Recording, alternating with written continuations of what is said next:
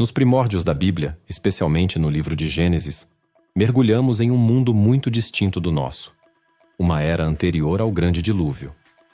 Este período, frequentemente envolto em camadas de interpretação, representa uma época primordial da humanidade caracterizada por expectativas de vida longas, interações divino-humanas e uma proximidade íntima com Deus e com a própria história da criação. Personagens como Adão, Eva, Caim, Abel e, finalmente, Noé, nos oferecem vislumbres de uma existência que parece relativa. Inúmeras forças se uniram para precipitar o dilúvio, Satanás e os anjos caídos. O primeiro evento que conduziu ao dilúvio ocorreu antes da criação do mundo. Este evento foi a concepção dos filhos de Deus, conforme narrado na história bíblica do livro de Jó, na qual Deus revela um acontecimento pré-criação do mundo. Onde estavas tu, quando eu lançava os fundamentos da terra? Questiona Deus. Declara, se tens entendimento. Quem determinou as suas medidas, se é que o sabes? Ou quem estendeu sobre ela o cordel? Assim como os fundamentos foram fixados e a pedra angular lançada, as estrelas da manhã cantaram juntas, e todos os filhos de Deus, os anjos, exultaram de alegria. Isso revela que seres angelicais, chamados estrelas da manhã e filhos de Deus, foram testemunhas da criação da terra, celebrando a glória, o poder e a sabedoria divina envolvida nesse processo. Antes do dilúvio, havia um anjo caído. Embora a Bíblia apenas faça breves referências dos anjos caídos, dado que a grande maioria dos anjos no céu nunca desviou-se do caminho do bem, alguns optaram por trilhar outro rumo. Lembre-se de que o céu foi originalmente destinado a ser o lar deles pela eternidade, mas agora caíram dele. A causa disso tudo, entretanto, está intrinsecamente ligada ao livre-arbítrio dos anjos. Sua queda pode ser compreendida à luz desse livre-arbítrio, como salientado no livro de Judas. Judas capítulo 1, versículos 5 e 6 na Bíblia. Amplificada nos lembra.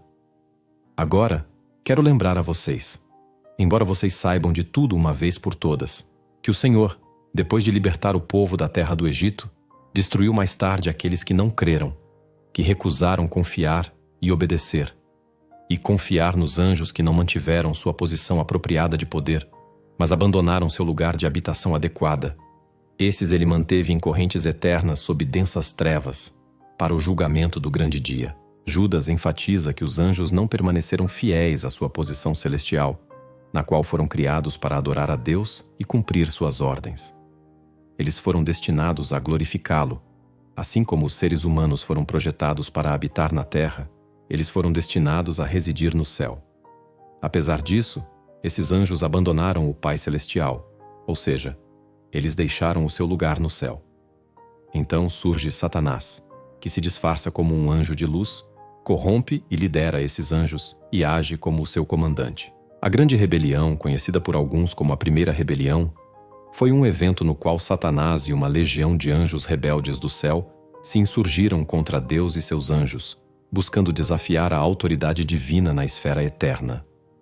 O diabo concebeu um plano para derrubar seu próprio Criador, resultando em uma guerra celestial na qual ele e os anjos que o seguiram foram derrotados. Esta história nos é transmitida por Jesus, que estava presente na ocasião. Jesus discorre sobre a glória e majestade compartilhadas com Deus, o Pai, antes mesmo da existência do mundo. Como registrado em João capítulo 7, versículo 5 na Bíblia Amplificada. Agora, ó Pai, glorifica-me junto contigo, com a glória e a honra que eu tinha contigo antes que o mundo existisse. Antes da criação da terra, Deus existia, e sua majestade estava em companhia de seu Filho. Jesus afirmou: Eu vi Satanás cair do céu como um relâmpago. Isso ressalta que Satanás transcende a mera imagem estereotipada de um ser vermelho, com chifres e tridente. Ele é um ser antigo dotado de poder espiritual real, que ele utiliza para promover o mal e o egoísmo. Nossa luta, como seres humanos, não é contra carne e sangue, conforme Paulo ressalta. Estamos envolvidos em uma batalha espiritual, na qual o reino de Satanás se organiza meticulosamente, com diversas esferas e níveis de autoridade. Sua sede reside nas regiões celestiais, um fato que pode surpreender alguns, mas que encontra claras indicações na Bíblia. Assim, travou-se uma guerra espiritual, um conflito entre dois reinos. Um é governado por Deus, o príncipe da paz, enquanto o outro é liderado por Satanás, o príncipe das trevas. Após ser expulso do céu, Satanás e seus seguidores se uniram, formando um reino rebelde. No Jardim do Éden, Satanás lançou seu primeiro ataque à autoridade de Deus na terra. Ele via a terra como seu domínio e considerava Adão e Eva invasores do território de Deus. Se Deus criou a humanidade para habitar a terra e estabelecer seu reino, então Satanás precisava de um plano de ataque. Quando Deus criou o mundo pela primeira vez, havia um lugar chamado Éden, cuja palavra hebraica significa alegria ou felicidade. Era um local de provisão, onde o homem podia encontrar Deus. No entanto, no centro desse paraíso, havia uma árvore especial conhecida como a árvore do conhecimento do bem e do mal. Deus instruiu Adão e Eva a não comerem de seu fruto. Satanás, no entanto, estava determinado a destruir o destino da humanidade. Ele usou 3 estratégias cruciais contra Eva. Primeiramente, lançou a dúvida: Deus realmente disse? Em seguida, aplicou a suposição, fazendo com que Eva questionasse se desobedecer resultaria realmente na morte, como Deus havia declarado. Por fim, tentou Eva com a promessa de que ela não morreria. A desobediência de Adão e Eva ao comerem do fruto proibido já havia sido um erro. O contra-ataque ardiloso de Satanás obscureceu ainda mais a humanidade. Mas Deus demonstrou seu domínio sobre Satanás antes de expulsar Adão e Eva do Éden. O primeiro assassinato, protagonizado por Caim e Abel, exemplifica como o pecado do primeiro homem levou ao homicídio do terceiro. Apesar de Adão e Eva terem sido banidos do Éden, Deus continuou a abençoá-los, e Eva deu à luz a Caim e Abel com a assistência do Senhor. Ambos os filhos cresceram ouvindo histórias sobre Deus e sabiam que deveriam fazer ofertas a Ele. Entretanto, enquanto o Senhor aceitou a oferta de Abel, não se agradou da de Caim. Isso enfureceu Caim, que acabou matando seu irmão. Deus puniu Caim, mas o protegeu de vingança, marcando-o para que ninguém o matasse. Caim foi punido ao se tornar um errante inquieto, afastado de sua família. Depois de punir Caim, ele estabeleceu uma cidade chamada Terra do Nod, a leste do Éden, onde Caim construiu uma cidade e deu-lhe o nome de seu filho Enoque. Seus descendentes incluíram pessoas influentes de sua época, como Jabal, o pai dos nômades e criadores de gado, Jubal, o pai dos músicos que tocavam instrumentos de corda e flauta, e Tubal-Caim, que era mestre na forja de ferramentas de bronze e ferro. O que se segue após a punição de Caim é a história de 2 linhagens, um tema recorrente em Gênesis. Infelizmente, os traços homicidas de Caim foram transmitidos à sua família, e encontramos um homem que se orgulha de sua violência. À medida que avançamos para seu tataravô, o mal continua a se espalhar. O perfeito plano de Deus tem apenas 4 capítulos de idade, mas já encontramos pessoas deleitando-se com o derramamento de sangue e descumprindo o plano divino para o casamento. Antes do dilúvio, a poligamia também surgiu na linhagem de Caim. Em contraste, Deus estabeleceu uma nova genealogia. Ele deu a Eva um filho chamado Sete, em lugar de Abel. Sete exemplificou a mesma adoração de seu falecido irmão Abel. À medida que as pessoas começaram a invocar o nome do Senhor em conexão com Sete, a abordagem orgulhosa de Caim de adoração contrastava com a humildade de Abel e Sete, que clamavam a Deus. Lamentavelmente, alguns seguiram o caminho de Caim, buscando ganho pessoal na maneira equivocada de Balaão, e pereceram na rebelião de Corá. Portanto, quando Deus precisou de um servo obediente centenas de anos depois, ele escolheu Noé da linhagem de Sete. O legado de Caim era ambíguo. Por um lado, sua família era inovadora, gerando novas ideias e métodos. Por outro, também tinha problemas recorrentes de conflito, que pareciam piorar com o tempo. Isso se tornou um símbolo da natureza humana, uma luta entre nosso potencial para o bem e nossa capacidade para o mal. À medida que as gerações após Adão se multiplicavam, o mundo se enchia de pecado. As pessoas não eram gentis umas com as outras, mentiam, roubavam e até matavam. Durante esse período, os seres humanos desfrutaram de vidas extraordinariamente longas, com centenas de anos de existência.